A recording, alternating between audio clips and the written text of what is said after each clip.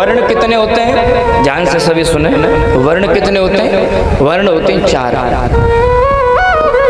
कौन कौन से वर्ण हैं? ब्राह्मण, क्षत्रिय, वैश्य और शूद्र।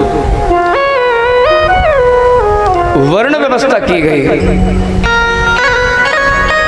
जातिवाद जो आज के समय में बहुत ज्यादा अधिक मात्रा में फैला हुआ है, ये जातिवाद शास्त्रों का लेख नहीं है। ये जातिवाद हमारी और आपकी बनाई हुई एक व्यवस्था है जो जातियों में बट गई। सर्वप्रथम तो ऋषि मुनियों ने वर्ण व्यवस्था निर्धारित करी और वर्ण व्यवस्था में केवल 4 वर्ण बनाए गए। 4 वर्ण कौन कौन से? पहला है ब्राह्मण, दूसरा है क्षत्रिय, तीसरा है वैश्य, चौथा है शूद्र। अब इसको भी विस्तार से समझें। 4 वर्ण कैसे बनाए गए? कर्म के अनुरूप। किसी को कर्म दिया नहीं गया, जो जिसको जो कर्म पसंद था उसने उसको स्वीकार किया। जैसे कि मानो एक पिता के 4 पुत्र हों और चारों पुत्रों के अलग अलग काम हों। एक पुत्र है कि जिसे अध्ययन करना अच्छा लगता है, जो ज्ञानी है, जो बुद्धिमान है, जो वेद पुराणों का ज्ञाता है, उसे ब्राह्मण बना दिया। तुम वेद पाठ करते हो, तुम अध्ययन करते हो, तो तुम ज्ञानी हो, तुम ब्राह्मण बन जाओ। और तुम ब्राह्मण बनने के बाद 4 वर्णों की तुम रक्षा करोगे, 4 वर्णों को ज्ञान का उपदेश प्रदान करोगे। कोई गलत चले तो तुम उसको ज्ञान प्रदान करोगे। एक ही पिता के 4 पुत्र हैं, ध्यान से समझेंगे, कोई अलग नहीं है। एक पिता के 4 पुत्र हैं जो ज्ञान में अग्रगण्य हैं, जो अध्ययन करता है। उसने कहा कि मैं ब्राह्मण बन जाता हूँ, तो तीनों ने कहा तुम ब्राह्मण बन जाओ। दूसरा है क्षत्रिय, जिसकी बाजुओं में ताकत है, जो बलशाली है, जो युद्ध में प्रवीण है। वो कहता है कि मैं क्षत्रिय बन जाता हूँ। क्यों? क्योंकि मेरे पास में बल है, तो मैं अपने बल के अधिकार पर तुम 4 की रक्षा करूंगा, 4 वर्णों की रक्षा करूंगा। तो वो क्षत्रिय बन गए। तीसरे हैं वैश्य। उनके पास में धन कमाने की, व्यापार करने की कला है। तो उन्होंने कहा, बोले सुनो, वेद का ज्ञान हमारे पास में नहीं है, बल हमारे पास में नहीं, लेकिन हमारे पास में बुद्धि है। हम धन कमा सकते हैं, तो हमारा काम है धन कमाने का। पिताजी हम धन कमाएंगे और 4 भाइयों का भरण पोषण करेंगे। बोले ठीक है, तुम आज से वैश्य कहलाओगे। चौथा भाई वो कहता है कि महाराज, न हम वेद का अध्ययन करेंगे, न हमारे पास में युद्ध की कौशलता है, न हम धन कमाएंगे। बोले तो क्या करोगे? बोले हम घर की सेवा करेंगे, हम इन तीनों की देखरेख करेंगे, इन तीनों की सेवा करेंगे। तो वो शूद्र हो गए। अब आप बताइए, क्या कर्मों के आधार पर कोई इनमें से कोई नीचा या ऊंचा है? कोई नीचा या ऊंचा नहीं है। नीच और ऊंच कहां से बने? बोले जब से ये जातिवाद फैलाया गया। एक पिता के 4 पुत्र हैं, ठीक उसी प्रकार हम भी सब परमात्मा के ही संतान हैं। ईश्वर अंश, जीव अविनाशी। प्रत्येक सभी 4 वर्णों के अंदर परमात्मा का अंश हम सब के अंदर विद्यमान है। लेकिन हम सब लोग इस राजनीति के चक्कर में अनेक जातियों में बट गए हैं। और जब जातियों में बट गए तो हम सब लोगों ने अपने अपने धर्म पृथक कर लिए। ध्यान रखना, जीवन में जो लोग जातियों में बट जाते हैं ना, उनका कभी कल्याण नहीं हो सकता है।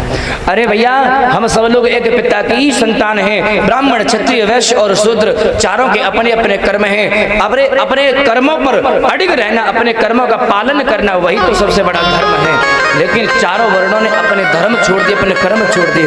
ब्राह्मण ने अपना कर्म छोड़ दिया, वो वेद का अध्ययन नहीं करना चाहता, ब्राह्मणों ने अपना कर्म छोड़ दिया।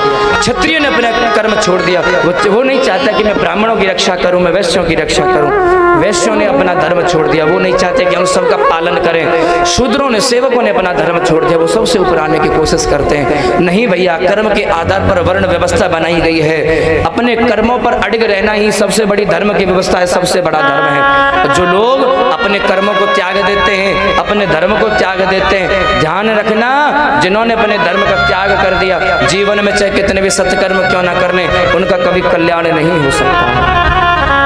श्रीमद् भगवत गीता में भगवान श्री कृष्ण कहते हैं, स्वधर्मेन धर्म श्रेय पर धर्म भयावह।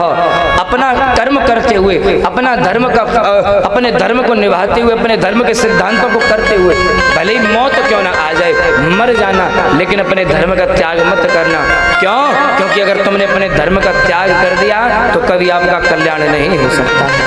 और जो लोग महाराज वर्ण व्यवस्था को छोड़ करके अपने आप को ऊंचा दिखाने में लगे हुए हैं, अपने आप को नीचा दिखाने में लगे हुए हैं, ये व्यासपीठ है, इसकी एक मर्यादा है, ये कभी भी पक्षपात नहीं कर सकती है। न कभी ब्राह्मणों की प्रशंसा करेगी, न क्षत्रियों की प्रशंसा करेगी।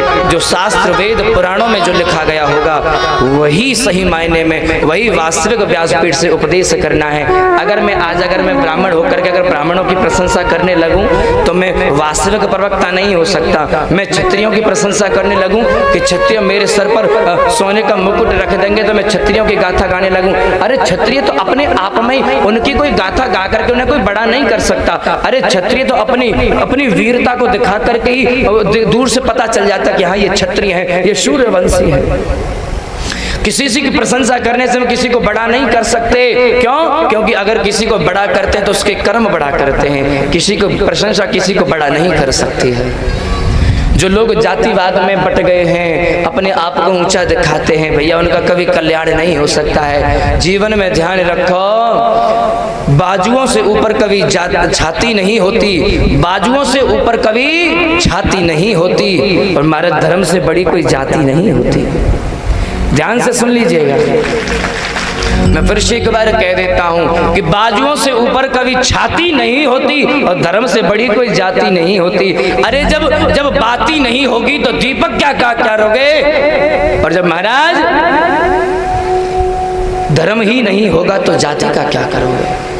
इसीलिए हमें चाहिए कि हम सब लोग एक हो जाएं, एकत्र होकर के विरोधाभासों का, विरोधी शक्तियों का, विरोधी दलों का हम सब लोग मिलकर के सामना करें। अगर हम एक बन करके रहेंगे तो कोई भी अधर्मी दुराचारी हमारे ऊपर कोई भी उंगली नहीं उठा सकता है। आज जब से हम सब लोग जातियों में विभाजित हो गए, जातिवाद फैल गया, तो आज हम लोग कहते हैं हमने अपने भगवानों को अलग अलग कर लिया है, भगवानों को विभाजन कर लिया। कोई कहता है कि महाराज हमारे भगवान तो परशुराम जी हैं, कोई कहता है नहीं हमारे भगवान तो राम जी हैं, कोई कहता है कि महाराज हमें यादव है तो हमारे भगवान तो श्री कृष्ण हैं। भगवान भी बेचारे सोचते होंगे हमने कभी अपनी जाति नहीं विचार की, लो इन्होंने हमको ही बांट दिया, अपने आप को तो बांट दिया इन्होंने, हम सबको भी बांट दिया।